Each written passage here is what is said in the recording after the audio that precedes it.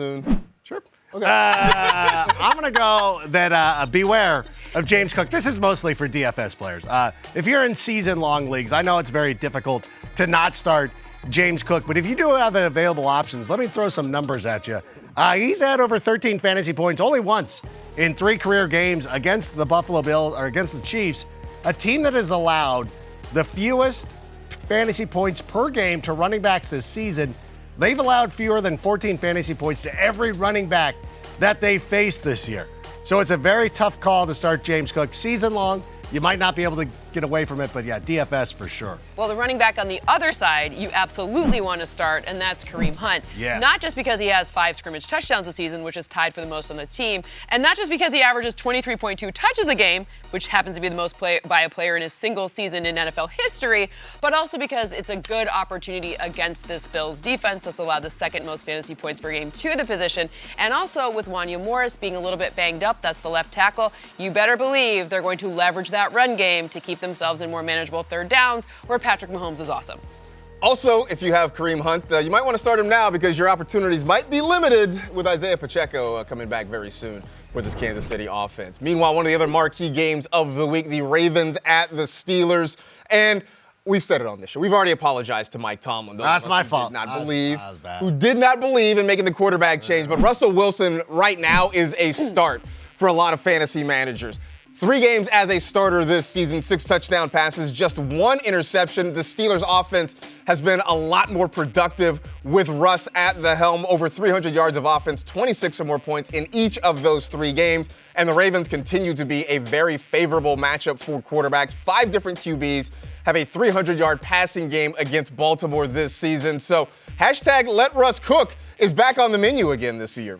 Well, Russ has been great, but Lamar, that guy's playing at an MVP level, and you're going to want to start Zay Flowers against the Steelers defense, not just because they're missing a piece along the front that's going to be less pressure, but also because on quick passes, this defense has been very generous to opposing wide receivers. Zay Flowers may not be the most precise route runner, but he gets open, and you know who finds him? Lamar Jackson. All right, so we are giving the Ravens offense their flowers. Now we're moving to the NFC West for the Seahawks and the 49ers. Big game in that division as well. And a lot of weapons in this 49er offense. But you're looking at the guy who I have coined, I'm just saying, he looks like their wide receiver 1. Yeah, I'm going to say nice things about your favorite team, unlike other people saying bad things about my favorite team. Jawan Jennings. I haven't said anything about the Giants all day. Oh, get out of here.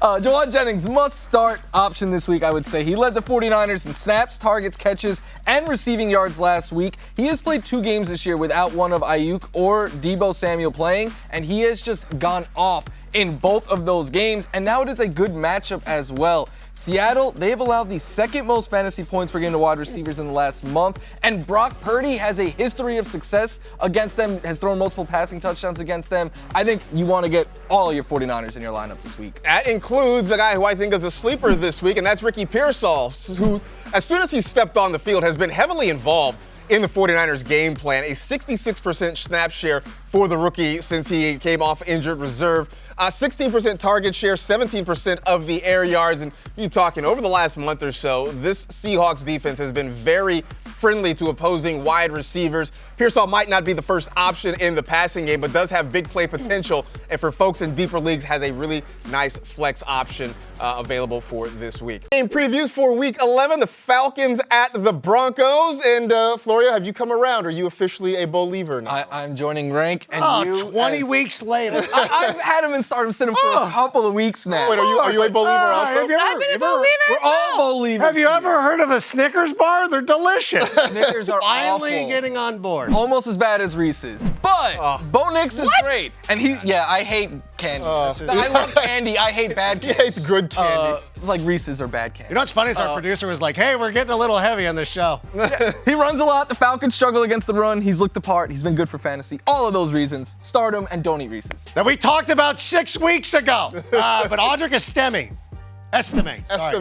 We were just saying, I'm sorry. I'm sorry to my It's because you're so taken aback by the Reese's comment. I was really stunned, but I should be used to it by now. But, you know what? He had 14 touches last week. Sean Payton has wanted to get him the ball for quite some time. I think this is it. I think this is a great matchup against the Falcons, who have allowed a top 12 running back in 3 out of the last 4 weeks. The problem is that everyone in fantasy is talking about Audric Estime, which means that Sean Payton is totally going to make this the Jaleel McLaughlin game.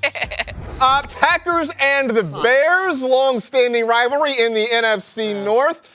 Rank, you have been talking about Cole Kmet recently and what his usage should be in this offense. Yeah, this will be something that I'm going to be talking about with Stacey Dales in 15 minutes on the Insiders. Is what do the Bears need to do to get back to being a prolific offense? It's using guys like Cole Kmet. Now, a lot of the fantasy heads will be like, hey, he's only been good in 2 games. I'm like, yeah, those are the Bears' best 2 games. That's not a coincidence. If this Bears team is going to function, they need to get to Cole Kmet.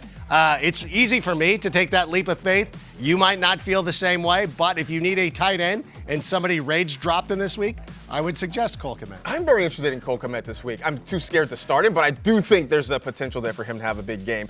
I'm not as confident about Jordan Love having a big game. Look, I get it if you're starting him. Yeah, but I have concerns. The Bears have been great against opposing fantasy quarterbacks this season. A league-low 6 touchdown passes allowed. 4th fewest passing yards allowed. Trevor Lawrence, the only quarterback who threw multiple touchdown passes against this Bears defense. I have concerns. Meanwhile, the Colts and the Jets, Cynthia, we were deprived of the Joe Flacco revenge game because Anthony Richardson is back. But maybe we get Breece Hall coming back into our lives. Absolutely. I'm taking the pre-humble brag on this one because Breece Hall is a must start. I just want to get myself in humble brag territory, so I'm picking the ones that are low-hanging fruit. Anyways, long story short here is that Indianapolis has allowed the 4th most total yards per game this season. They're missing some tackles. Breece Hall, especially if there's any sort of injury to Devontae Adams, could see an uptick in pass catches as well. I think this is how they keep Aaron Rodgers good.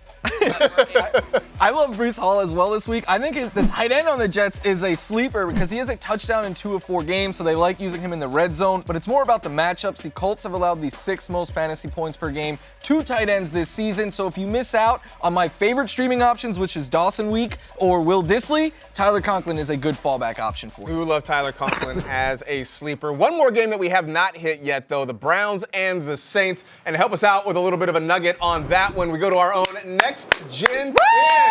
What you got?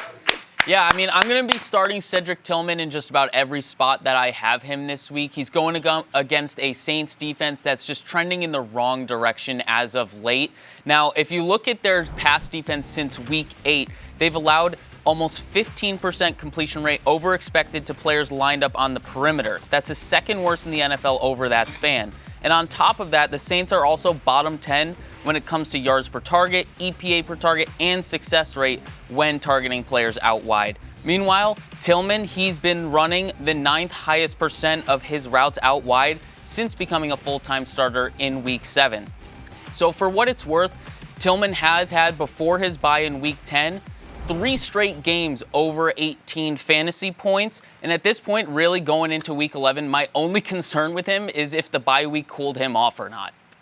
Yeah, we want to see what happens with the bye week. If maybe they're able to sort of regroup, get things going. The Kevin Stefanski offense seems to be functional with anyone not named Deshaun Watson. See that trophy? Listen to this man. See that trophy behind him? You listen to this man. There you go. Absolutely listen to our own Next Gen kid.